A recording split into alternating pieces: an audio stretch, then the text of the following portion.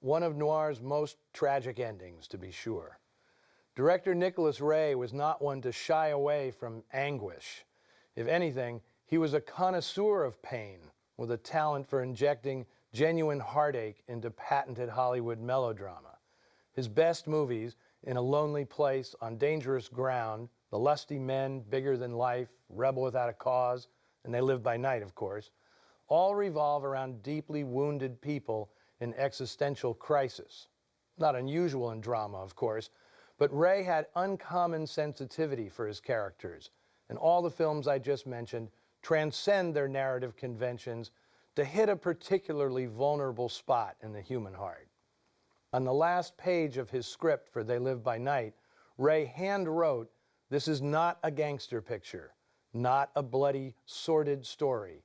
It is tender, not cynical, tragic, but not brutal. This is a love story. It is also a morality tale in the rhythm of its time." Farley Granger called Nick Ray the most sensitive director he ever worked with, and he always regretted that they never made another film together. This one almost didn't happen, because Farley initially thought Ray was a socially awkward, inarticulate creep. They'd found themselves together at several 47, and Granger was freaked out by how Ray would spend the whole night just staring at him, never saying anything. Well, Ray, of course, was sizing Farley up as the potential lead in his first film. When the audition finally came, Granger asked if he could do the test opposite his friend, Kathy O'Donnell. And as soon as Ray saw them together, a deal was struck to borrow them both from producer Sam Goldwyn, who had Granger and O'Donnell under exclusive contract.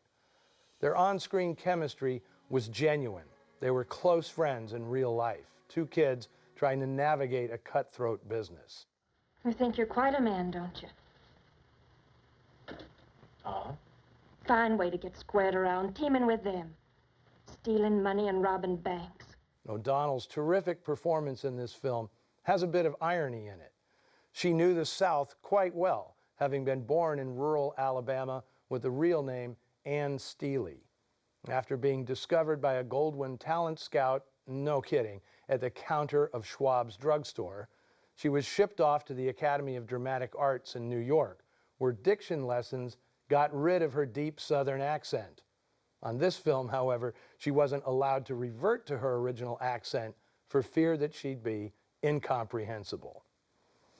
O'Donnell and Granger were a great pair together on screen, radiating an innocence that audiences instantly related to, even if Howard Hughes missed it completely. It helped to have them pitted against two of the great movie mugs, J.C. Flippin as T-Dub and Howard Da Silva as Chickamauga. Elmo One-Eye Mobley. Always that one-eye stuff. They always gotta mention that. R.T. Waters, farmer of Akota, gave a description of the three men who commandeered his car at the point of a gun. I should have blasted his head off with that shotgun. Great as Da Silva is, he was Nick Ray's second choice for the one-eyed half-breed. His first choice was Robert Mitchum, then a second-tier player at RKO. Mitchum liked Nick Ray and wanted to do the film, but he couldn't pass up a plum role that was offered at the same time, the lead in a crime potboiler called Out of the Past. RKO production chief Dory Sherry would re-team Granger and O'Donnell for another terrific noir, Side Street, but that would be at MGM, where Sherry landed after abandoning RKO virtually the day Hughes bought the studio. And what about the creator of this story, Edward Anderson? Well, after failing to make a dent in Hollywood, he returned to the life of a tramp newspaperman, eking out a living throughout the South and never writing another novel.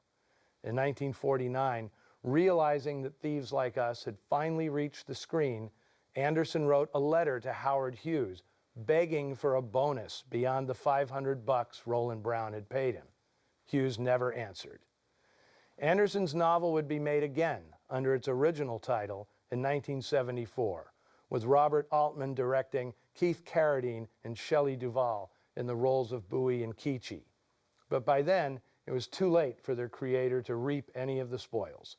Edward Anderson died in 1969 after subsisting on Social Security benefits and a meager salary earned managing a small-town gazette in the tiny town of Cuero, Texas. a long way from Hollywood. And next week on Noir Alley, we leave the small-time crooks behind. We're going undercover to bust up a nationwide gang of counterfeiters. And remember, join Noir Alley Conversations on Facebook and get your noir fix over the next 7 days. Until then, stay in the shadows.